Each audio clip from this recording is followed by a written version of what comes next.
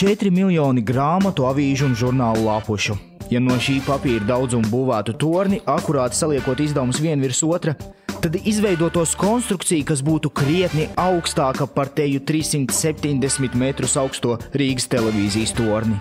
4 miljoni aptuveni šādu Latvijas Nacionālās bibliotēkas grāmatu un avīžu lapu daudzumu līdz 2012. gadam paredzēts pārvērst ciparu formātā, lai tās nākotnē būtu pieejamas ikvienam Latvijas iedzīvotājam.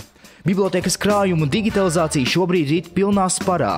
Ik nedēļu no Nacionālās bibliotēkas krājumiem speciālās kastēs uz Latelekom māju Purvciemā tiek nogādāti vairāki tūkstoši unikālu izdevumu. Te jauniešu komanda 2 maiņās no 6 rītā līdz pat pusnaktī ar smalkas aparatūras palīdzību veic grāmatu skanēšanu. Skanēšanas process notiek pēc bibliotēkas sastādītajiem kritērijiem.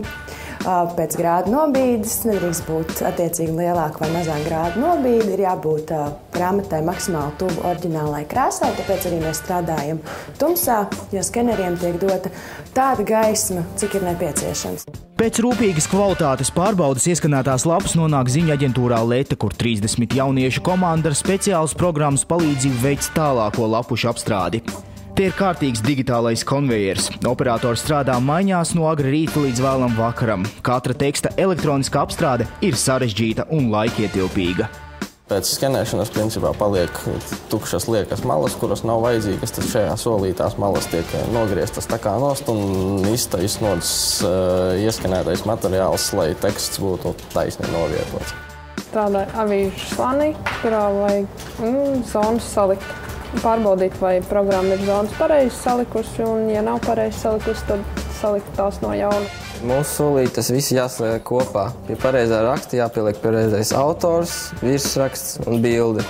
Jāpiebilst, ka digitalizējumie Nacionālās bibliotēkas krājumu teksti ir visdažādākajās valodās un dažāda stila drukās.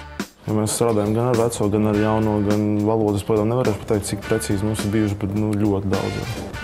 Liekuši pavisam kopā no visa esoša apjoma, mēs esam pusotru miljonu lapu aptuveni, kas ir 1/3 daļa no visu kopējā apjoma. Ja mēram informācijas mērvienībās, Letes un Latelekom digitalizētāji ir pārstrādājuši 32 terabaitus datu. Ja šādu daudzumu informācijas mēs mēģinātu ierakstīt mums labi zināmajos kompaktdiskos, būtu vajadzīgi teju 50 000 CD matricu. Šobrīd darbi rit uz priekšu, lai jau 2012. gada vidū ik viens Latvijas iedzīvotājs varētu ērti un ātri piekļūt Nacionālās bibliotēkas krājuma unikālākajiem eksemplāriem.